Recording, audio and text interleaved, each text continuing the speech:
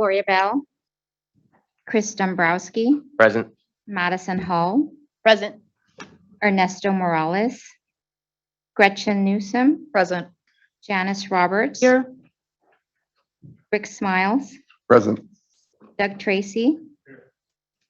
Madam Chair, there are 6 members present. Also present is our Executive Director, Reg Javier, Peter Cooper, Assistant Director, and Jaime Gutierrez, Chief Deputy Director. Before we begin, I have a few housekeeping announcements. If you are here in the auditorium, please do not streamline the meeting via mobile device or connect to Zoom platform, as it will interfere with our recording and sound system. If you are presenting before the panel and are attending the meeting in person, please step up to the podium and speak clearly. State your name, title, and company you are representing. And for public comments, we ask that you do the same. For those who are viewing or attending the meeting virtually, if you would like to make a public comment, please use the raise hand feature and wait for your name to be called. At the time, you will be unmuted. There will be a 3-minute limit per speaker. Thank you. Desiree? So with that, does the panel have a chance to review the agenda for today? There is a couple changes on there that we want to make. One of them is that our labor secretary will not be joining us today. She actually will be joining us at the next panel meeting in July. And I don't believe Michael Cable is here today as well. So is there any other changes that we know of, Reg, on the? No, Madam Chair. Okay, very good. So with those changes, do I have a motion to approve? So move. Second. All in favor, say aye. Aye. Those opposed, say no. The ayes have it, motion carried. Thank you. And then looking at our panel meeting minutes from our May panel meeting, is there any changes that the panel would like to make on that? Approve. So we have a motion to approve. Do we have a Second. second? We have a second. All in favor, say aye. Aye. Aye. Those opposed, say no. The ayes have it, motion carried. Thank you. So at this point, I'm going to turn it over to our Executive Director, Reg Javier, who is first time joining us in person. We're so excited to see him. First time I saw him was last night in person. Like, oh my God, you're so much different than when I saw you on the, no, I'm kidding. It was very different. Yeah, she said, gosh, you're shorter than I thought. I didn't say that. Well, thank you, Madam Chair. Good morning, panel members, stakeholders, and staff. I'd also like to welcome the following managers who will be presenting today's proposals later this morning. Kellen Hernandez, Ryan Swire. Is Jenna Lazarevich going to be here? Okay, and Chris Hoover. Welcome, guys. In today's agenda, you'll see just over $5 million in 27 proposals, which includes 12 delegation orders. I don't have a whole lot of comments, but I do want to take a few moments to really just talk about this past program year and reflect on a few things because we are at the last meeting of the program year. And a lot has happened this past year, and I kind of want to acknowledge all those things that have happened. As you recall, panel members, last year, as we were going into the latter part of the year and getting prepared for the new year, which essentially was this year, I was telling you all that our contracting capacity was $45 million, which is a far cry from what we had the year prior and certainly going to challenge us budgetarily this year. As we were planning for a tight budget year, the legislature just decided to drop $86 million across 4 programs right into our budget, which to say the least challenged us in a whole different way for this year. Essentially, our year was starting off very different than what we were planning for. So in looking back at this year, I just wanted to take note of the fact that we launched 4 new program funding streams this year, 2 of which required a great deal of back and forth discussions, a series of meetings, and at both the policy committee and the panel meeting in order just to develop guidelines for those 2 programs. The other 2 programs, and those were CCCF and expansion, obviously, but the other 2 programs, SEED and PFL, we had to run full-blown procurements for those 2 programs. That required us to imagine what those procurements look like, write the procurements, develop them, assemble all the required documents and run that through the state procurement process, and then identify evaluators and run the procurement so that we could get recommendation to you all as a panel. In addition to that, we actually had to do a few modifications to each of those programs, which thankfully you as a panel bought into and adopted so that we could make those two programs even more effective. And, you know, that's just characterizing the $86 million investment the legislature gave to us. In the midst of all that, we also this year launched the new application, CalEForce. That was no small undertaking. And as you all recall, during the time, there was a lot of consternation, a lot of discussion. Is it going to work? Why are we doing this? Is the timing bad? Is the system going to fail on us? And we all know that, how that turned out. It turned out really, really great. But it was just a mammoth of a project to try and launch simultaneous to launching these 4 new programs. And if that wasn't enough for us to take on, literally inside of ETP, we had a bunch of different internal teams working on a series of things like revamping all of our operational processes and policies so that we can align to and support the demands that were being created by these new programs that we were funded for, and quite frankly, the new technology. Thinking back, it's crazy to think about how much we took on this year, but it was one of those things where we didn't actually have that kind of control. It was one of the moments where we said, you look back and go, wow, so be careful what you ask for a moment, because we were saying we're at $45 million contracting capacity, give us more money, give us more money. And then we got it and we went, oh gosh, well now what do we do, right? So, but the good news is we, collective we, that is you, the panel, the staff at ETP, and all of the stakeholders and contractors, we got it done. Not only did we launch a brand new system this last year, but we put all of the general fund monies that we received this year out on the street in contracts this year. That is an amazing feat. It's dumbfounding to think about the amount of work that went into that. So great job to everyone. I'd like to say kudos to you as a panel, and thank you for all the long meetings, both in public forum and many of you had to participate in meetings outside of these public forums, all the discussions, and especially your engagement in those meetings and your guidance throughout this year. It really did keep us on task to sort of get here to achieve what we've achieved this year. I'd also like to say kudos and thank you to all the stakeholders and contractors for all of your work and engagement. It takes an entire ETP community to put together all these programs, all of the back and forth, all of the testing that had to do with the new systems, all of the discussions and advisement from our stakeholders and contractors.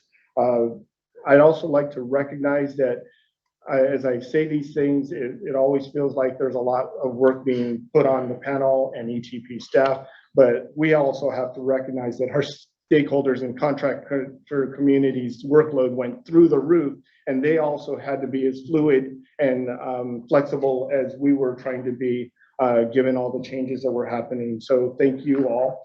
And then I'd like to just extend a special thanks to the entire staff of ETP for the role each and every one of you all played in getting us through the crazy amounts of work and long hours, the overtime, all of the meetings, all of the discussions, the debates internally, all of the adjustments, modifications, budget issues, IT issues, all of that stuff. Thank you, thank you, thank you. Great job, everyone. With all that said, as you will hear from both Peter and Jaime during their updates in just a few minutes here, the picture for the coming year looks much better than where we were at, as I described last year. We still have a lot of work to do. We still have some unknowns in terms of the investments that the legislature is going to be making for us this year. But at least the budget picture is a little cleaner and clearer for us, and doesn't add to the amounts of stress that we have. It's actually a better picture coming up for us, and Jaime's going to talk a bit about that during his presentation. So that's it for my comments, Madam Chair.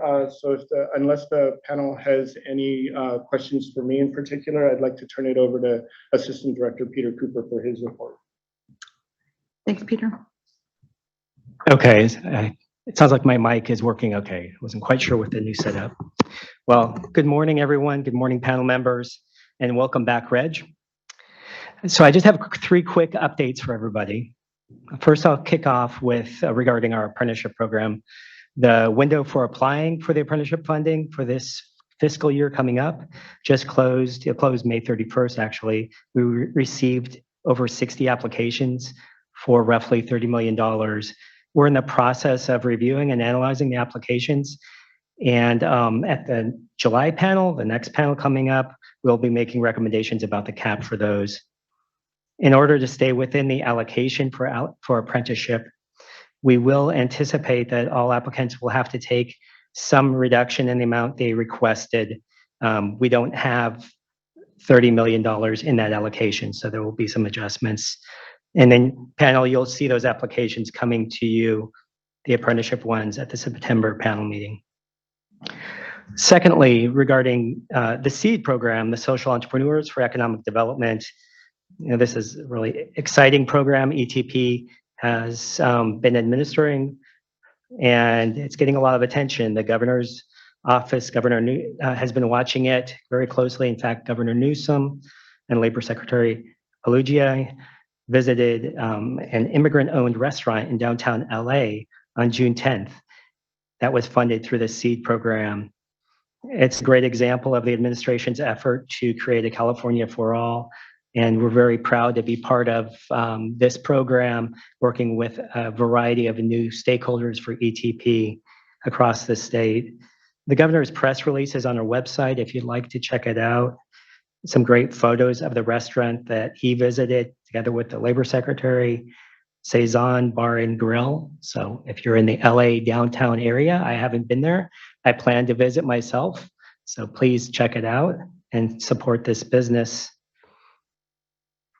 We will be seeking more funding for this program, for the SEED program, for the 2023-24 fiscal year to augment the $30 million that we currently administer.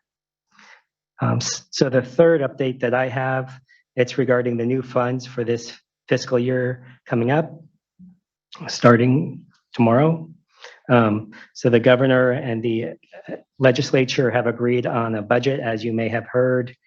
Our 2 proposals did stay in the budget and we got funding for both the healthcare and the literacy. The healthcare workforce advancement fund was originally pegged at $90 million to support job entry and career advancement for entry level and other workers in health and human service settings. This $90 million has been reduced to $25 million and now has some extra requirements for participants for that funding. And you'll hear more about that at the coming panel meeting. The literacy, workforce literacy program, it did remain intact at $20 million. This is for ETP to expand workplace literacy training and contextualize English, digital skills, and technical skills training for incumbent workers. This will allow employers to build skilled workforces, increase employee retention, provide pathways to higher wages and better jobs for immigrants. So with that, I'm done with my updates for this panel. I'd like to hand it over to Tara for any updates that she may have.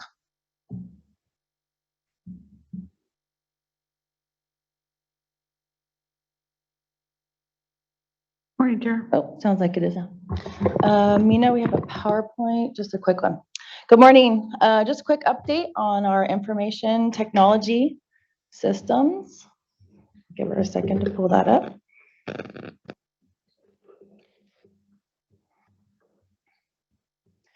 So we're just continuing our standard operations to do our client support, but I do want to point out in our Cali program, we're adding a lot of internal efficiencies, such as refining reporting for staff, adding some automation like a county lookup.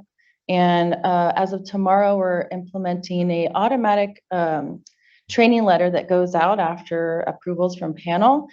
So that reduces a lot of time in-house to produce those and send those to each one. So it's an automated piece that we're adding into the system. And we're going to continue to add those to create more efficiencies and be able to get that more money and put it out there in a faster time frame.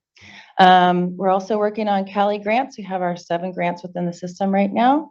And our last update is that we're looking at our security infrastructure, and we have a audit and assessment coming up. So we're looking at concentrating and making sure that we're following the state requirements. And thank you. So next on the agenda, we have a presentation on our ACE codes and the ACE codes expansion. Is that Geraldine or is that? Oh, Jaime, I'm sorry, Jaime. I missed out on you there. That's okay. Thank you, Madam Chair. Welcome, Madam Chair, panel members, and stakeholders. Thank you once again for the opportunity to provide a summary of the Employment Training Panel's funding. Excuse me.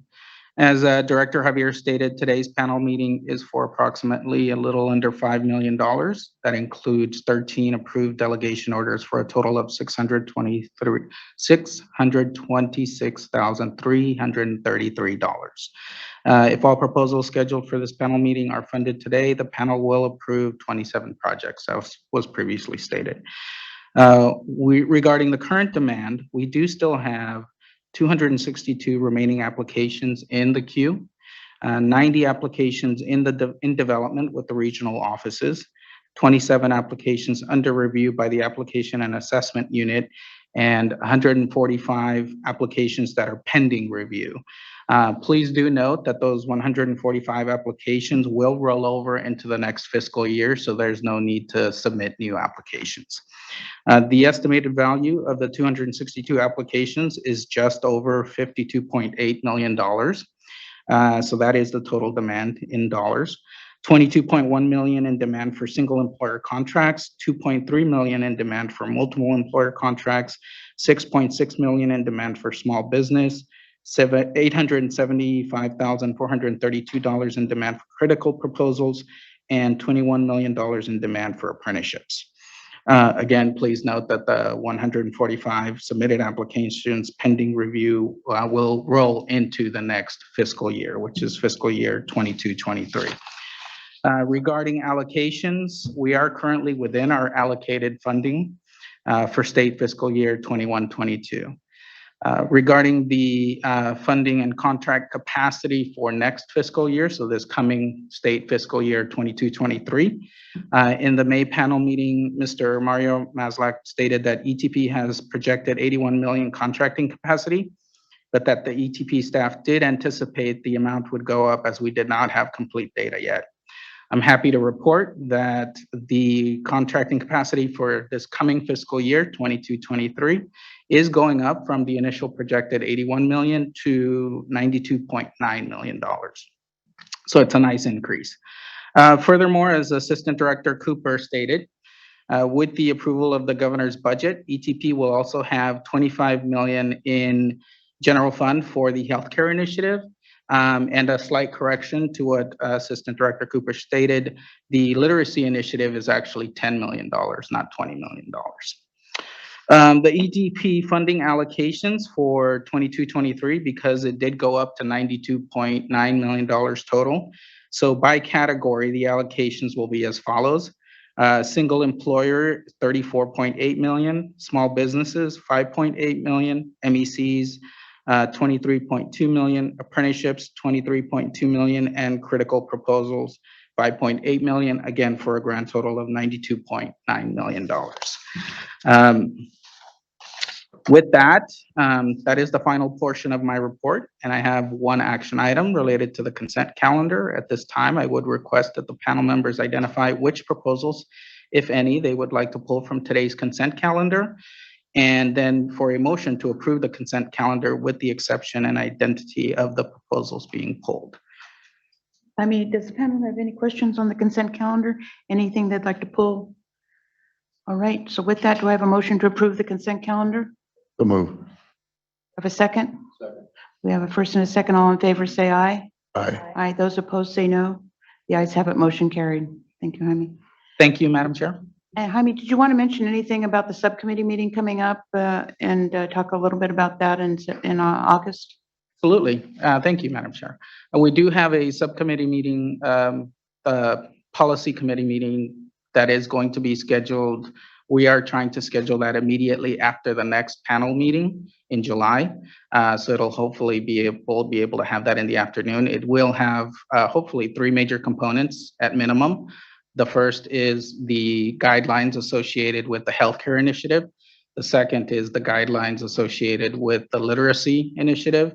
And the third is additional information around the NICS codes, which is a presentation connected to what you will receive here in a few minutes. Okay, thanks. Thank you, Jaime. Thank you. So with that, we will bring up Tara and Geraldine, and they'll be talking about the NACE codes regarding some of the changes that have been made.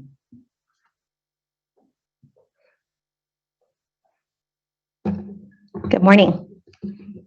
My name is Jerry Jerome, and I am the Data Analytics Manager over at ETP, and I'm going to be presenting the 2022 Priority Industry NAICS Code changes. There we go. All right, sorry.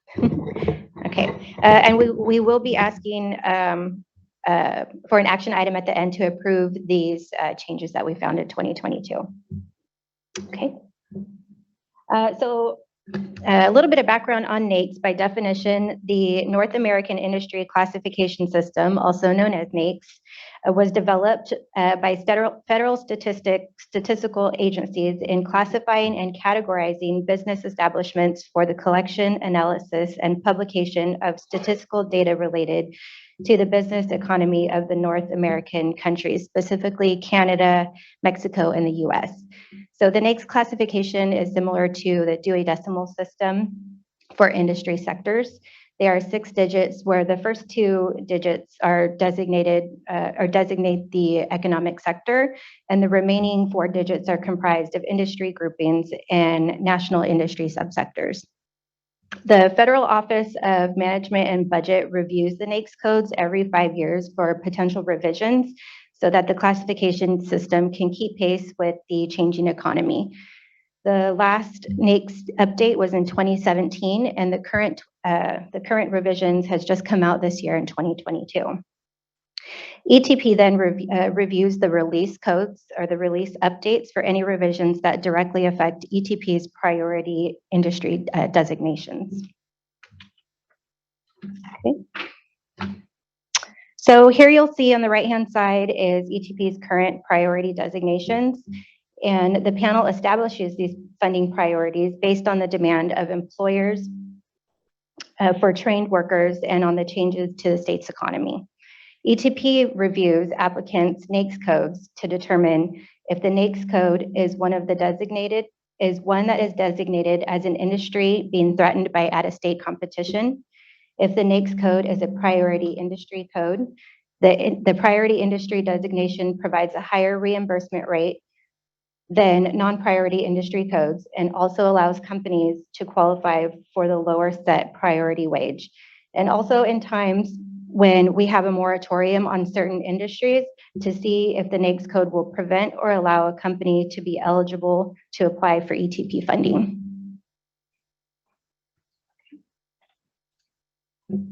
The next 2 slides show the changes that we found which affects ETP's priority industry designation. And we found that 18 existing codes in the information technology priority industry have changed. So this resulted in 8 new 2022 codes that were a result of the consolidation of more than one 2017 NAICS codes. So in the table, you'll see the comparison. So we have, for example, 2 codes, the 511110 and the 519130 newspaper publishers have now been consolidated into a new code 513110. So 18 of those codes have been consolidated into 8 new 2022 code numbers. Okay. And similar to the last table, this is just the remaining codes where we have identified the 2017 codes have been consolidated into 1 new number. Okay. So our action item for this, staff would like to know if panel or stakeholders have any questions or desire for more discussion on the changes to these items. And staff also requests approval to designate the 8 new NAICS codes as priority industry, as new priority industry NAICS codes. And we do have some additional information on future plans to review priority industries that ETP currently designates, and Tara will give that update as well. Okay, so with that, does the panel have any questions regarding these new 8 NAICS codes? Because as we know, we don't look at a lot of publishers coming to the panel for any kind of projects in the past. So I don't know if there's a big demand for that, but I know that there's great to consolidate all these NAICS codes. I go cross-site. I know you guys have been really working hard on all these things. So does the panel have any questions regarding these new 8 NAICS codes with the consolidation of the numbers? Very excited to see those greeting card publishers. Yeah, so I'd be curious to see how many are raising their hands to come. I don't know. I mean, I don't know. I've never seen a newspaper publisher come before us in 17 years. So that's going to be interesting to see what happens. So does the panel have any other questions regarding these changes? If not, do I have a motion to approve? Second. We have a motion and a second. All in favor, say aye. Aye. Those opposed, say no. The ayes have it. Motion carried. Thank you. Tara will give the update on future plans. Okay, very good. Thank you. Gary. So this new 2020 new NAICS codes coming in really triggered Jerry and team and myself to think about our industries. You know, they haven't changed for many, many years. We call them by their 2-digit numbers, but they really go down to a 6-digit designation. So we want to take a more meaningful look and process of how we do this, maybe even each fiscal year. So some ideas that we've thought about is bringing in maybe a research team to figure out what are industries that are affected that should be under our priority industries and give a recommendation to the panel.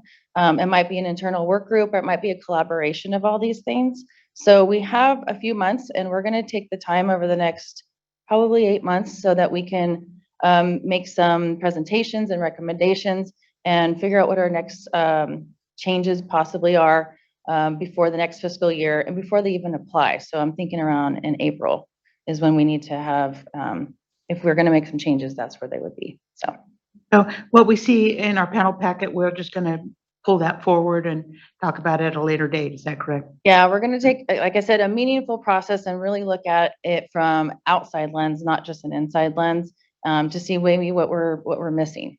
And it needs to go down to those 6-digit codes that you're talking about. Not everyone thinks about them that way, but that's where the designation comes from. And when we say agriculture, is it all of agriculture? Is it part of agriculture? How deep are we really going to get into that? What do we need to do? And what are we going to make the most effect on the California industry? So Thanks, Tara. Thanks, Jerry. So with that, I think next on the agenda, we have actually our projects, proposals. So I'm going to pass it over to our management team. I think, I don't know who's up first, but we have one single employer, tab number 8. Yes, that is tab number 8, I believe. And fitting enough, it is a media news outlet. The training proposals for West Coast Media News LLC, which is a priority industry and a repeat contractor. There is a union involved, the Pacific Media Workers Guild Local 39521. Total ETP funding being requested for $499,583. And that's to train an estimated number of trainees of 749 under Job 1 retrainee. In this proposal, ETP trainees will be delivered. ETP training will be delivered to staff staff employed at 3 of West Coast Media's news publishing affiliates: California Newspapers Limited Partnership, Los Angeles Daily News Publishing Company, and Monterey Newspapers LLC. This will be West Coast Media's 5th ETP contract, the 3rd within the last 5 years. Although West Coast Media does not have a formal veterans program in place for recruitment, the company does hire and employ veterans through its normal hiring practices. And as I stated earlier, there is union involvement. The reporter, photographer, editor, columnist, sales, marketing, and production staff occupations are represented by Pacific Media Workers Guild Local 39521. The union has submitted a letter of intent and a union support letter for training in this project. And here today is Karen Austin, Senior HR Director of Northern California and Bay Area regions, to answer any of your questions. Morning. Sorry, I didn't exclude you in that, but for some reason I was just thinking about newspapers. I wasn't thinking about your project sort of. Well, my name's Karen Austin. I'm the Senior HR Director, as Chris mentioned, and I do have responsibility for our locations and our publications from Northern California, Eureka down to Monterey. And we're very appreciative of the opportunity to come before you again. ETP actually has been a great partner for us, and looking forward to continuing that. Done very well, on your projects. So with that, does the panel have any comments regarding this proposal? Hearing none, do I have a motion to approve? So moved. Second. We have a motion and a second. All in favor, say aye. Aye. Aye. Aye. Those opposed, say no. The ayes have it. Motion carried. Thank you. Thank you for coming Thank today. you so very much. Panel members, please turn to tab 9. We're going to go to our MEC projects, and the first one is for Insurance Education Association, LLC, whom is a repeat contractor requesting $354,000 to train 300 retrainees, all located throughout Southern California. Here representing the proposal is Brian Aline, CEO.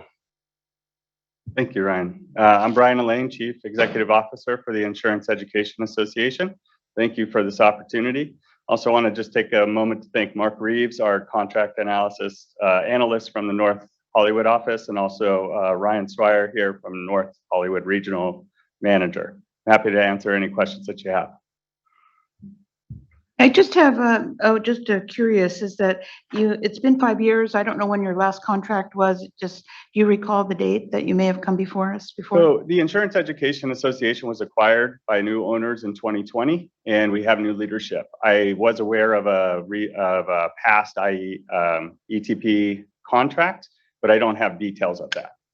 Okay, so it really wasn't under the current name that you have now. It was on a subsidiary? We did renew the entity under the same name, but it's under new ownership and new leadership. Okay, very good. Thank you.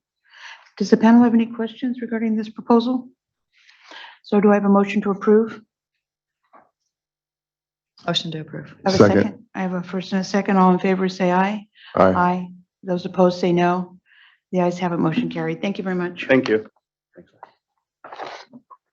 Okay, panel, let's turn to tab 10 here. This is a training proposal for Center for Employment Training. This is a priority industry and a repeat contractor. Total ETP funding being requested is for $403,300.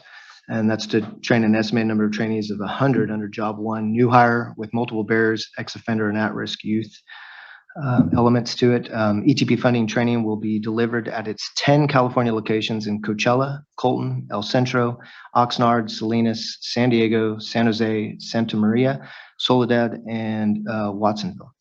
This will be CET's 5th ETP contract and its first in the last 5 years. Even though CET does not have a separate veterans job number, it has a list of marketing materials through print or social platform to serve and train veterans. Here today to answer your questions is Carlos Lopez, Program Development.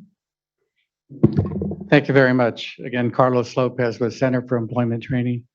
Just make a few comments about our organization as a 501c3 program.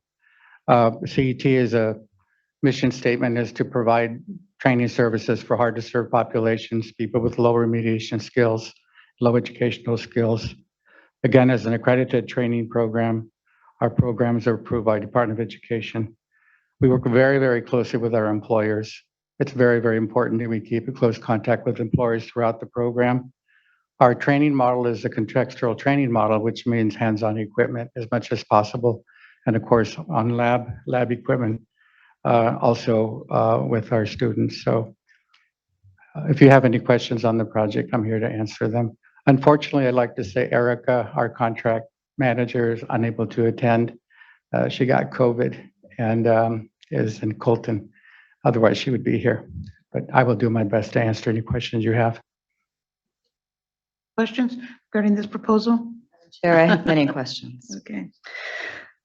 Primarily, my concern is focused on two areas, quality of training and pathways to quality construction careers. First, it is clear that you are not an apprenticeship program, and yet your proposal states you are training electricians and paying wages that are severely subpar to industry standards for electricians and the other trades specified. I see a wage as low as $17.64 an hour. Do you have any clarification on that? Yeah, the wages in the actual proposal are the allowable ETP minimum wages. However, it's our interest to find the employers and work with the unions as well that pay higher wages. So we're following the ETP minimum standard, but again, our interest is to get higher wages for our students. It is also against our policy and priorities to duplicate DAS approved apprenticeship training curriculum. And I know that much of your commercial skills is duplicative, but without DAS oversight and approval. Can you elaborate on that, please? Yes. Our training curriculums are based on employer demand, are based on working with the employers, and also reviewed by the Department of Education. And so we must meet a standard of meeting the Department of Education requirements. And so that's a standard that we meet. We are not a formal apprenticeship program. We do work with unions and those who come to our programs and give presentations and tours and make referrals for those who complete training programs. So once again, it's the employer curriculums that we have. We do have one curriculum approved, the MC3, which is a job readiness or preparation that we work with. But I think just to really be specific, we work to meet the Department of Education requirements for curriculum.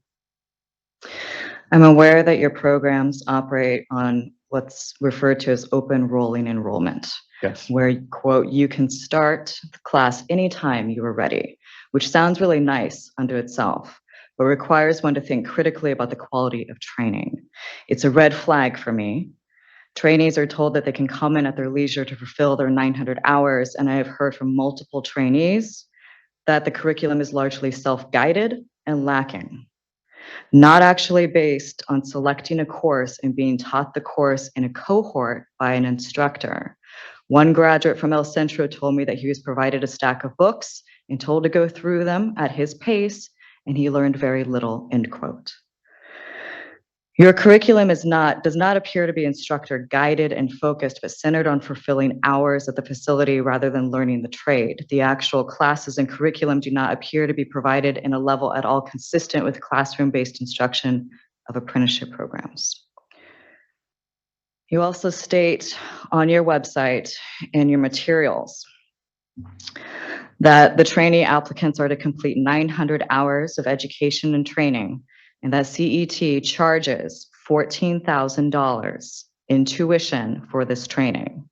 Further, your ETP application states that only 260 of those hours will be funded by ETP, and the remaining 640 hours will be covered by CET, end quote.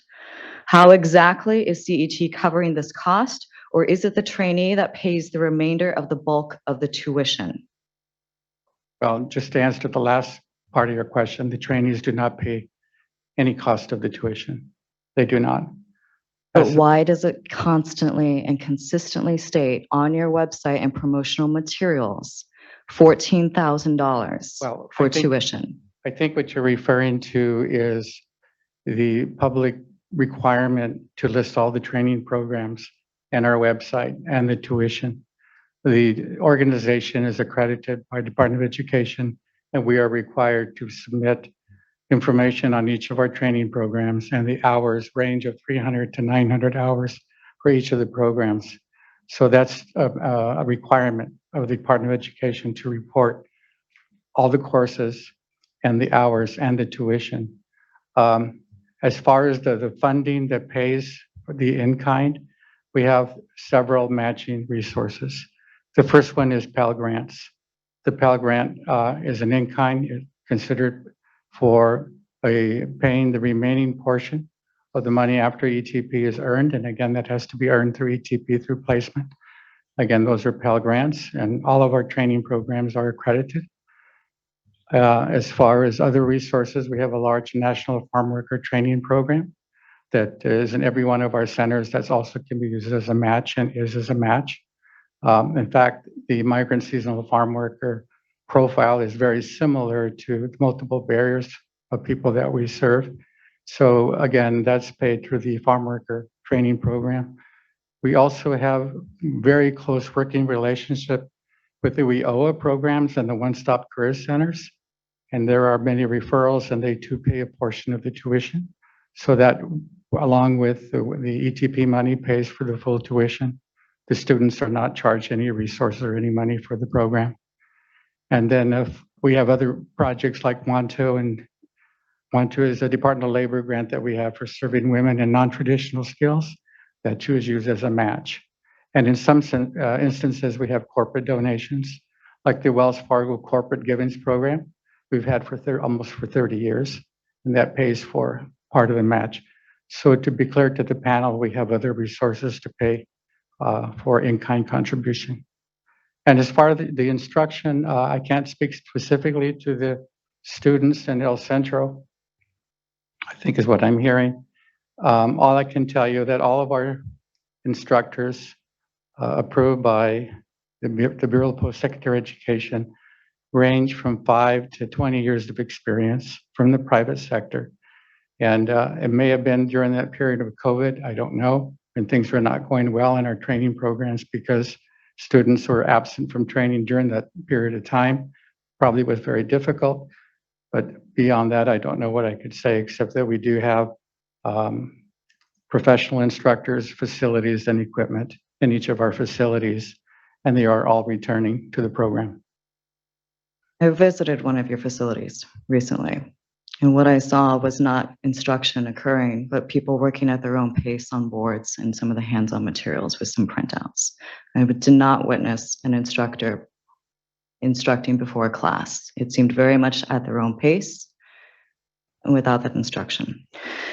Just to be clear, for the $14,000 in tuition and the 900 hours that they spend in your program, what do they get when they graduate? Well, they get a certificate of completion from the organization when they graduate, and also those who pass credential programs are awarded a credential from a private, I'll give you an example. If you're looking for specificity,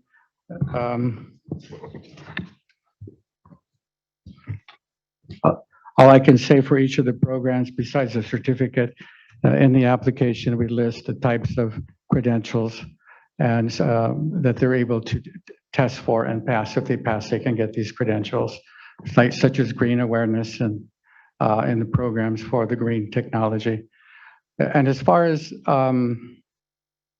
if you might mind telling me what center are you referring to? San Diego. San Diego? Okay.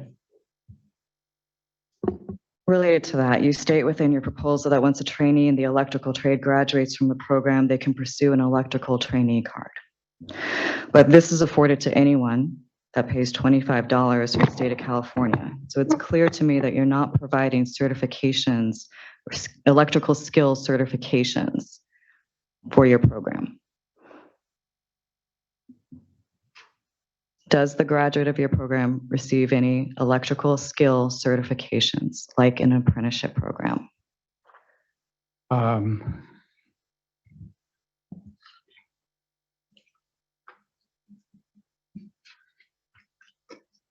Actually, I don't know at the moment. I wish I could, if I had the electrical instructor here, I'm sure there would be an answer to that question, electrical.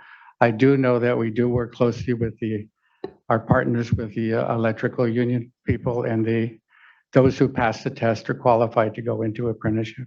So I really don't know, ma'am, on that question. You mentioned before that some of the coverage of the tuition is covered by Pell Grants. I know that you're not asking for a separate number for veterans, but are you seeking and accepting veterans into your program? Absolutely. And are you taking their GI Bills to cover the cost of the tuition of the program? It's on an individual basis that the GI Bill is available to the veteran. Okay. CET is not an employer, but a training facility. And as a MEC applicant, it is highly suspect to me that a list of your employers was not included in your application. Further, I'm aware that your training is offered without the connection of the apprenticeship gold standard of, quote, earn while you learn. So when the trainee is in your facility, they are not earning, they're just learning. Right. And it is evident to me that you take in trainees and then offer job placement after the completion of the program. Correct? That's This is correct. advertised on your website too. Right.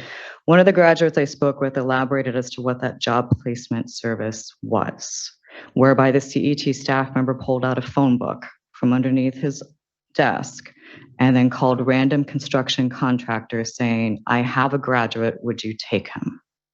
Can you please elaborate for me on what that job placement service looks like from your purview? Well, from my purview, we have staff in each of the centers, including San Diego, that work with our students and employers to make job placement.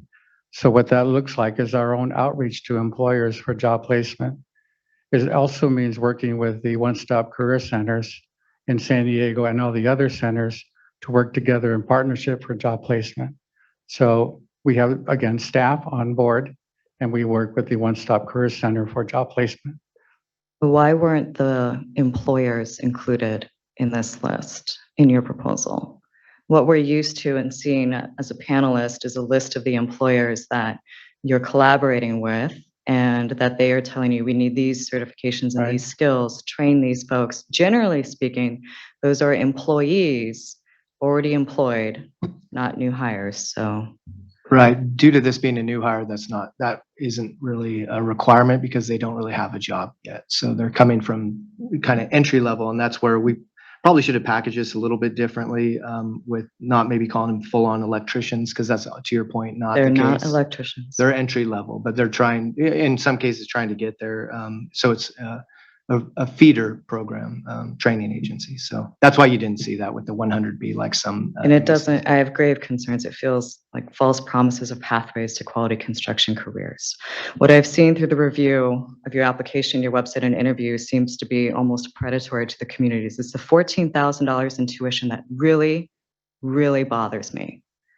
And these communities deserve the resources that they need, absolutely. And while it's noble to serve the underserved communities, it does not feel right to operate as a grant factory or charging the tuition $14,000 without providing certifications, college credits, and apprenticeship graduation or pathways.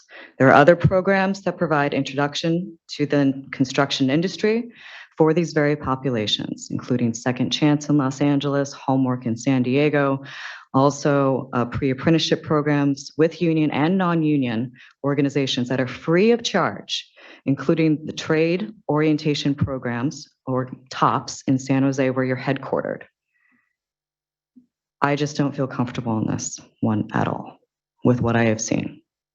Yeah, I don't know exactly what you've seen, but I hear what your concerns are, ma'am, except to say that we have been in business for well over 50 years, and we work hard to hire the right staff. We have approximately 206 staff in the organization. The priority staff are the technical people, the journey level people in each of the center who are hard to get resources in the form of equipment for our students. I don't know if you got comments back during the time of the height of COVID when things were not going with a lot of attendance at the time. We did our best for online instruction. That might have been true of other organizations during the height of the COVID. I will say this, the tuition programs are those for all the courses that are listed as a form to help students get into the program, get Pell Grants, get resources for Pell Grants into the program. And the challenge that we have, quite frankly, in terms of our profile, is that people have very hard to serve populations, have many significant barriers to employment. And they're very hard to find organizations that serve the at-risk youth and the ex-offenders that we serve in the low literacy. So I think we just have a history of we have placed over 200,000 people in the last 52 years of the organization. And so we just have done all that we can to help the hard to serve population. So I can't really respond to specific issues in one center as that well. I wish I could. But again, when it comes to tuition, we're following the Department of Education requirements. The interviews I did were also in El Centro, in San Jose, and San Bernardino as well. I'm not going to be supporting this one. Thank you, Gretchen. Is there anybody else that may have some comments regarding this proposal? My comments are is that, I give you a lot of credit for serving, the underserved. Now, you haven't come to the panel for over 5 years. So was there like some sort of gap there with what was the problem? How did you get funding in the past if you hadn't come to the panel over 5 years? And when you did come, how did you perform during that time? Yeah, I think that's a very good question. Actually, as I recall, it's been about 10 years, closer to 10 years. The reality was that the new hire programs and the performance standards of 100% were very, very difficult to achieve. 100%, meaning you recruit them, you train them, you complete them, you place them in a job, and you get a 90-day retention, and of course, the wage standard. For new hires, for multiple people, for multiple bears is very, very difficult. At that time, as best as I recall, we were at 50 or 60% performance rate. We had to appeal to get more placement credit. At the time, we didn't have some of the employer account numbers to get credit. And I do believe it did raise from 60 to closer to 80% at that time. So our fiscal officer basically said, this is just, as I recall, just too difficult with the high performance standard VTP. And I've been around a long time on workforce programs, and the ETP performance standards are probably among the highest in the country, trying to seek 100%, a performance rate. So I think it had to do with the hard to serve populations, performance standards, and trying to get, at least for a nonprofit, so there was a significant loss of funding. And we had to come up with matching funds to pay for losses. So if we served 100 people, trained 100 people, and placed 50, we get paid for 50. That was the challenge. Well, thank you for that. So my comments on this is that there's a couple issues that one of our panel members is concerned about. And I'm very much in favor for training at-risk youth. And I know even the labor secretary, I had dinner with her last night, and she was very adamant that we kind of look at these populations a little more closely. So I don't want to go ahead and just say, I don't want to fund this, but I want to maybe take it maybe in next month. Can we just refer you back to next month? And Chris, can look at some of the things that, is bothering Ms. Newsom regarding this tuition, finding out exactly what's going on. Why is that still on your website? Maybe bring in some of your, trainees to talk about some of their training capabilities and what's going on, how much money is out of pocket for them, and also find out more about the electrician qualifications. But I don't want to just not fund this. I just want you to think about maybe getting a little bit more in tune to what one of our panel members is requesting. I understand. Okay. Through the So- chair. Does the panel have? Yeah, and I would like to bring up, if you could just kind of explain about the GI Bills, how they're being used. The organization is approved by the Veterans Administration to serve veterans. So we're again accredited, and the Veterans Administration is approved for veterans who want to come into the program, and they have they can apply for the GI Bill while they're for education purposes at CET. Some do, and some have other sources like the WIOA program, other sources. So oftentimes they save that money in that registration process for going to college down the road. So again, they use other resources to pay for training, such as the Pell Grant. Thank you. Rick, is there any other questions you have regarding that? I'm just really uncomfortable with this one, and I don't know that I'm going to change my opinion for next month, but if you come back next month, I'm going to want to know How many GI Bills have you taken from veterans for your program that doesn't provide certifications, college credits, or admission into an apprenticeship program? And what certifications are they actually getting from spending 900 hours in your facility with self-taught curriculum? I'm not there. Yeah, and, if you do come back next month, maybe you could bring another support team with you that could answer some of these questions that are concerned. But as far as I'm concerned, I'd like to move this to the next panel meeting or a future panel meeting where we can button this up a little bit better, because I surely don't want to dismiss some of the things that you're doing with the hard to serve population. I think that's really important. And so in the past you have, and you seem like you are really attuned to getting grants and so forth to support your organization. But I would like to make sure that we satisfy some of our panel members regarding some of the issues that they have with you. So. I understand. Thank you for your time. Okay, very good. So with that, do we have a motion to move this into a future panel meeting? Do I need to make a motion for that? I can make the motion. Okay, do we have a second? I'll make a second. All in favor, say aye. All those opposed, say no. No. Well, we've got, how many ayes? Can I take a roll call on this? How many ayes want to move it forward? Okay, very good. And Madam Chair, the motion is to move it to another panel Right, meeting. another, Okay, yeah, where they can get more information for everyone. Great. So, aye. Aye. No. No. Well, it sounds like the noes have it. Sorry, sir. So at this point, there's probably no point for you to come back. Well, actually, Madam Chair, I think the motion was to move to a panel meeting. Now you have to take the motion. Motion to deny. Right, yeah. So now we're going to take the motion to not support this or not move this project forward. So moved. Second. Okay, we have a motion, first and a second. All in favor, say aye. Aye. Those opposed, say no. No.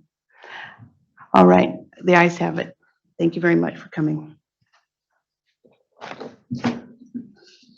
Okay, panel, please turn to tab 11 for a training proposal for Martinez Unified School District, Martinez Adult Education. This is a priority industry and it is not a repeat contractor. Total ETB funding being requested is for $483,960. Estimated of trainees to be trained are 120 under job number 1, new hire medical skills with multiple barriers. ETP training will be delivered out of its headquarters in Martinez. This is Martinez Adult School's first ETP contract, as we stated earlier. And although this project does not include a veteran's job number, Martinez Adult School continues to serve veterans and participates in veteran outreach activities, including Skill Bridge, a government military service or military agency service to recruit applicants. Here today are Suzanne Murphy, Director, and Jill Manuson from Synergy Management Consultants, LLC, to answer any of your questions. Morning. Good morning. Thank you. Good morning, panel. My name is Suzanne Murphy. I'm the Director at Martinez Adult Education. And if you're not familiar with adult education, I just wanted to let you know who we serve in adult ed. We serve immigrants, veterans, as was mentioned, those that are seeking their high school diploma or high school equivalency, long-term unemployed, referrals from Department of Rehabilitation and other agencies, and really individuals in our community that are underserved. This funding is for our short-term medical programs, and I'm here to answer any questions. Anyone have any questions regarding this proposal? You also state on your website that everything is free and no cost. Thank you. So the programs for high school diploma, English as a second language, and the career programs that were presented today are at no cost to the individuals. Clearly stated on the website. Thank you for that. Proposal. So do I have a motion? Motion to approve. Do I have a second? Second. We have a motion and a second. All in favor, say aye. Aye. Aye. Those opposed, say no. The ayes have it. Motion carried. Thank you. Thank you very much. Okay, panel, turn to tab 12 now, training proposal for Wright Varsity Technologies LLC. This is a priority industry and a repeat contractor. Total ETP funding being requested for $340,770 to train an estimated number of trainees of 20 under job 1 retrainee for small businesses, 90 for job number 2 new hire with multiple barriers, and 10 under job number 3 for new hires veterans with multiple barriers. ETP funded training will be delivered at Wright Varsity's headquarters in Santa Clara. This will be Wright Varsity's second ETP contract in the last 5 years. In this proposal, Wright Varsity will train 10 new hire veterans under job number 3, as we stated earlier. The company actively works with the following veteran programs: Veterans Transition Employment, which is an EDD Workforce Service Branch Veterans Program, and the Northern California Service Disabled Veterans Owned Business, a federal government program for veterans to help award at least 3% of all federal contracting dollars to service disabled veteran owned businesses. Here today and answering your questions is Molly Uzo, CEO. Morning. Thank you very much. Good morning, everyone. And my name is Molly Uzo. I am the CEO and the founder of Wright Varsity Technologies based in San Jose, California. And I really have to thank you very much for giving us this opportunity. And the previous opportunity you gave us was wonderful. We did a lot with that, and we hope to do more and work with you more in the future. Thank you. That sounds like you've been doing a great job on that COVID project. So that was a hard one to do, and you seem like you're going right along with that. So that's great. So does the panel have any questions regarding this proposal? Hearing none, do I have a motion to approve? Motion to approve. Do I have a second? Second. All in favor, say aye. Aye. Those opposed, say no. The ayes have it, motion carried. Great. Thank you Great very job. much. Thank you. Really appreciate it. Okay, let's turn to tab 13. This is a training proposal for Soma AEC Inc., DBA Oxman College. This is a priority industry and a repeat contractor. Total ETP funding is being requested for $598,764 to train an estimated number of trainees of 21 under job number 1 retrainee for small businesses, 60 under job 2 medical skills within an HUA area, and 60 for job number 3 medical skills with multiple barriers. And finally, 19 for job 4, job creation, medical skills training. ETP funded training will be delivered at its approved Bureau of Private Post-Secondary Education, BPPE, offices statewide. This project will be Oxman College's 17th ETP contract and its 7th in the last 5 years. Although this project does not include a veterans job number, Oxman College offers priority enrollment to veterans into programs, as well as priority hiring for the college's faculty and staff. As we mentioned earlier, there's the job creation component where the 19 new employees will be trained under job 4. And here today to answer your questions is Michael Dvorkin, President. Morning. Good morning.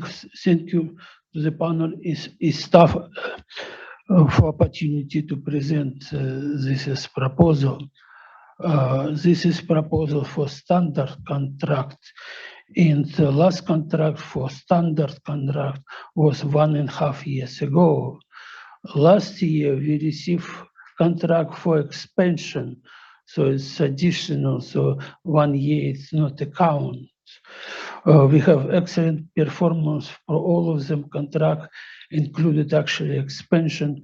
We completed 100% more and 50% people on retention. So any question you have, I'm glad to answer for you.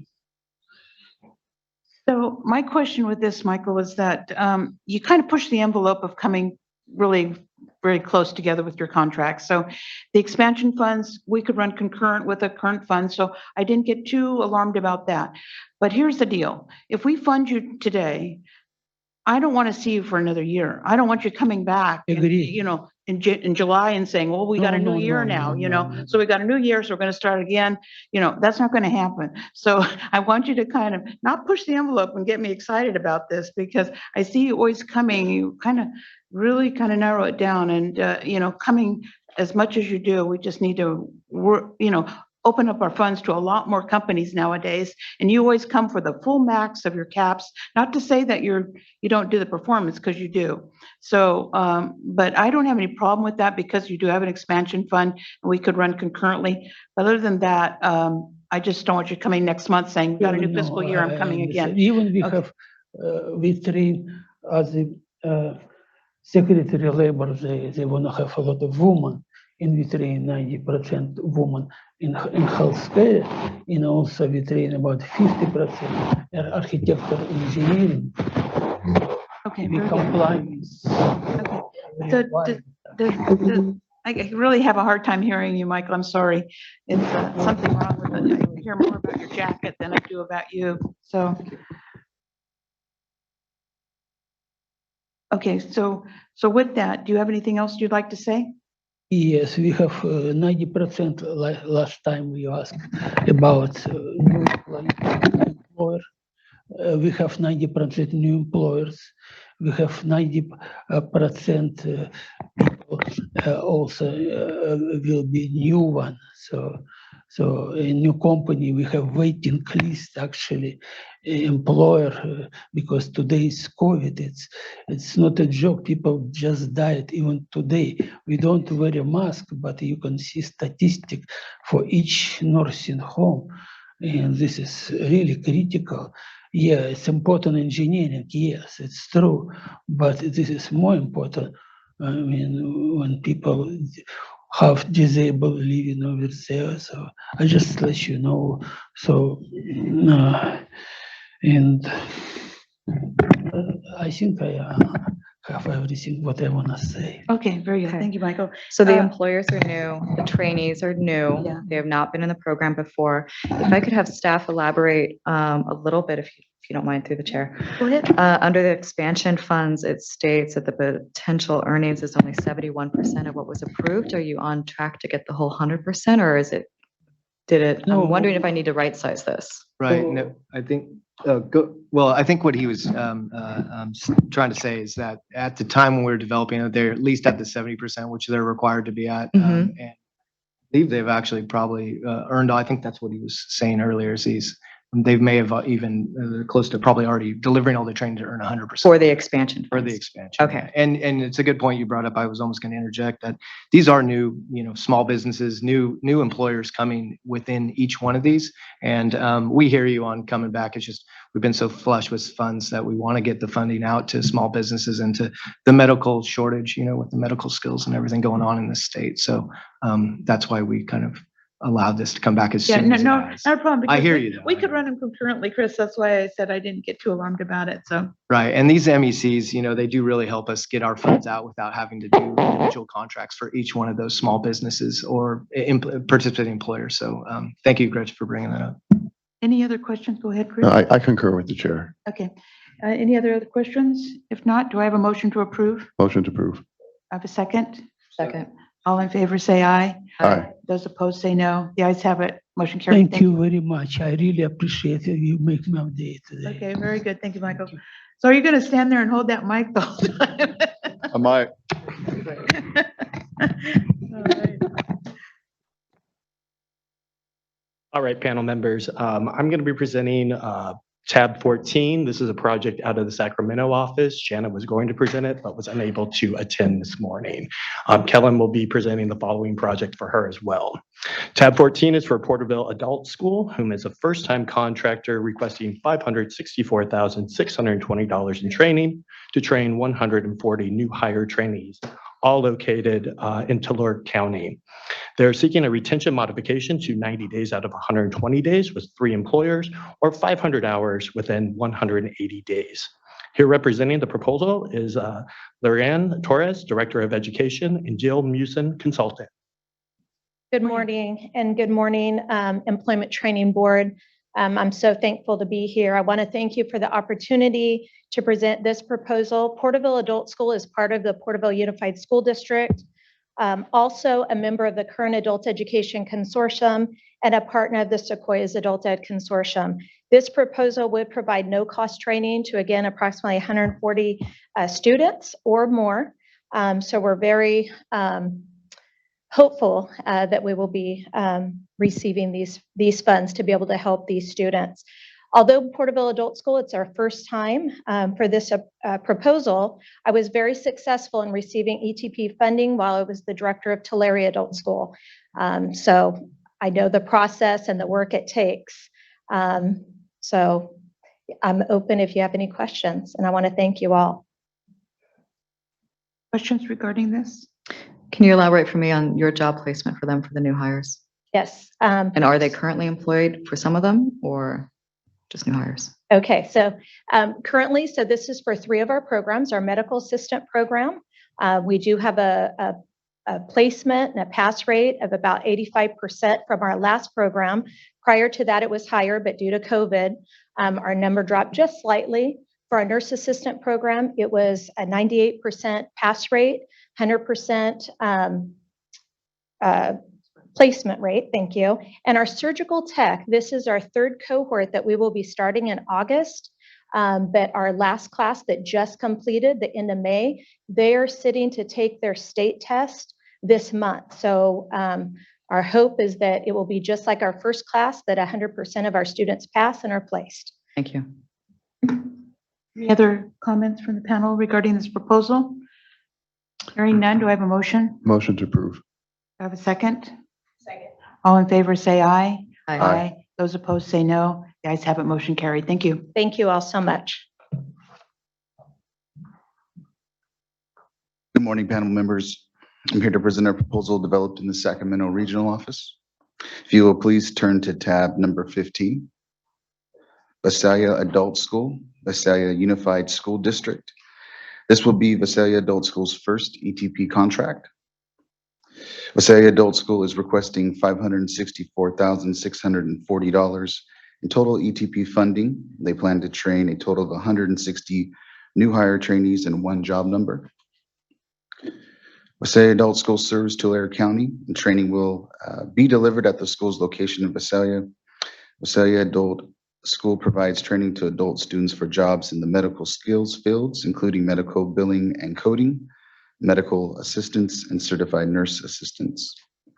There's a correction to the wage range by occupation table. The medical billing and coding occupation wages start at $18 per hour, and medical assistant wages start at $17 per hour. Here today representing Visalia Adult School and ready to address any questions from the panel is Tammy Olson, Principal, and Jill Misween, Synergy Management Consultants. Good morning, panel. As you said, I'm Tammy Olson, and I am the principal of Visalia Adult School.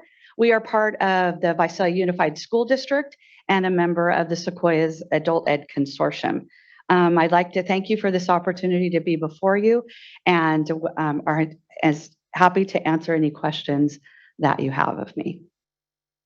Further clarification on those wages, because that did make a big difference to our kind of questioning. So with that, does the panel have any? Did the other end go up too of the wage range? Which is a tongue twister for me, but.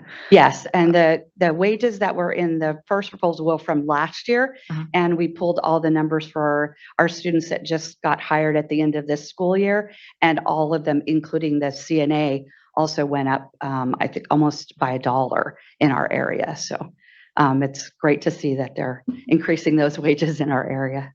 Thank you. I was just saying that, you know, you can get working at McDonald's for $20 an hour now, plus a signing bonus. So I was thinking, you know, I'd rather, you know, I'd like to see those wages go up. So I'm glad to see that that was the case. All right. Any other questions or comments regarding this proposal? Hearing none, do I have a motion to approve? We have a motion. Do I have a second? Second. We have a motion and a second. All in favor, say aye. Aye. Aye. Those opposed, say no. The ayes have it. Motion carried. Thank Good you luck so on this, much. being your first contract.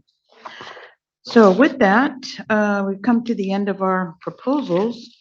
And so actually, I'm going to open it up to the panel and ask them if they have any comments or suggestions that we can discuss at our next panel meeting or at our next subcommittee meeting.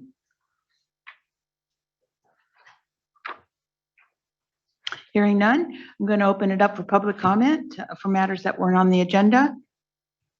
Is there anyone who would like to make any public comments? Please come up to the podium. Thank you. Hi, Rob. Hey, good morning. Thanks for letting me say a few words today. Rob Sanger, California Manufacturers Technology Association.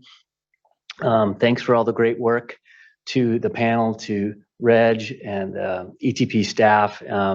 Yeah, it was a crazy couple of years through COVID. We're hoping to get back to normal here now with some normal funding.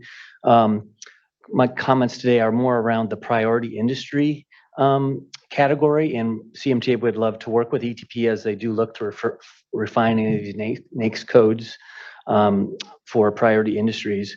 We feel like the real bottleneck, though, for priority industries such as manufacturing is get through the development process. So how do we make sure that these really good projects we have out there aren't going to sit in CaliForce, like the 50 or 60 projects that are in the CaliForce right now, right? That are going to roll over. Or maybe those that are in the CaliForce right now aren't priority, or maybe they're non-priority, I don't know. But those are going to roll over, and maybe all the non-priorities are going to get beginning, pushed into the next few panel meetings. I don't know. I don't know what's in the system. But I think that's something to look at so that the panel has the best projects coming through today at the panel meetings, such as Blue Diamond, which was funded today. But we're not seeing as many manufacturing companies coming through as normal. So I'm a little concerned about that. So I just want to make sure that the model, I don't know if it's first come, first serve with ETP development as the projects come through, or exactly how that's done. I know a lot of them coming through the next few months are going to be apprenticeship programs, but I want to make sure we have the best projects for our manufacturers coming through, whether or not I'm representing them or not. And also priority industry, go biz industry. We want to serve those companies that are really growing, because at the beginning, the program was started in 1982 for priority industries that could easily move and do manufacture elsewhere or make their software elsewhere. So that's core to this program, and I really want to emphasize that's important to keep in mind for this year's goals. So that's all I have today. Thank you. Yeah, one more thing. On the multiple employer contracts as well, like we're limited to 600,000 per year, just as an Oxman College would be, or anybody else.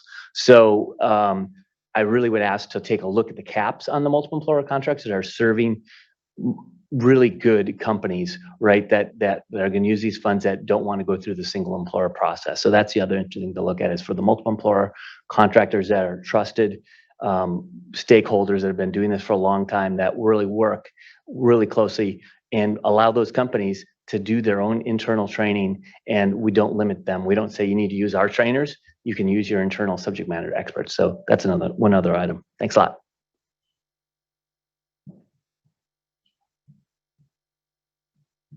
Good morning. It's me again, right? It's good to see everybody in person. Philip Herrera & Company, a consultant. My clients are mostly life sciences and semiconductor, high tech, clean tech. And I want to amplify what Rob's observations are about advanced manufacturers applying for ETP. I'm seeing less of those, and I'll work with the policy committee on ideas and how to do that. Also want to just share a couple observations, really good ones. I attended Bio International in San Diego a couple weeks ago. It was fun, had a big party on the Midway.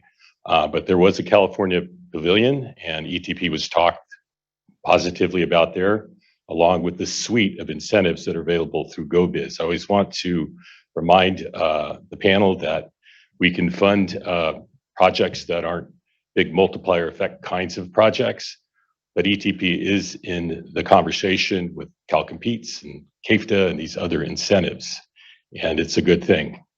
The other thing, I want to give a shout out to the Select USA Investment Summit. GoBiz was well represented there. Maria Oranato and others were part of a delegation, and my understanding is that ETP was well represented there.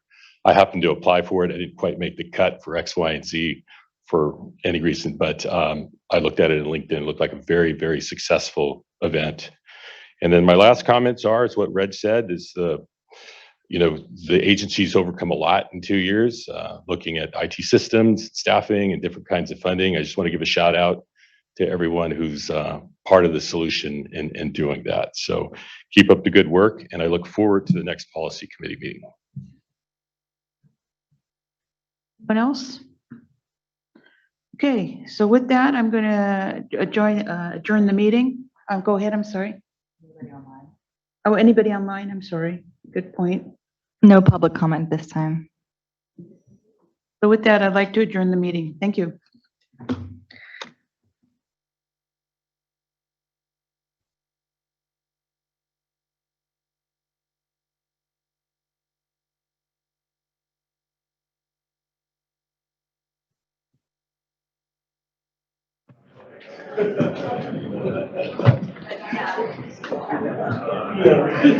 Log it.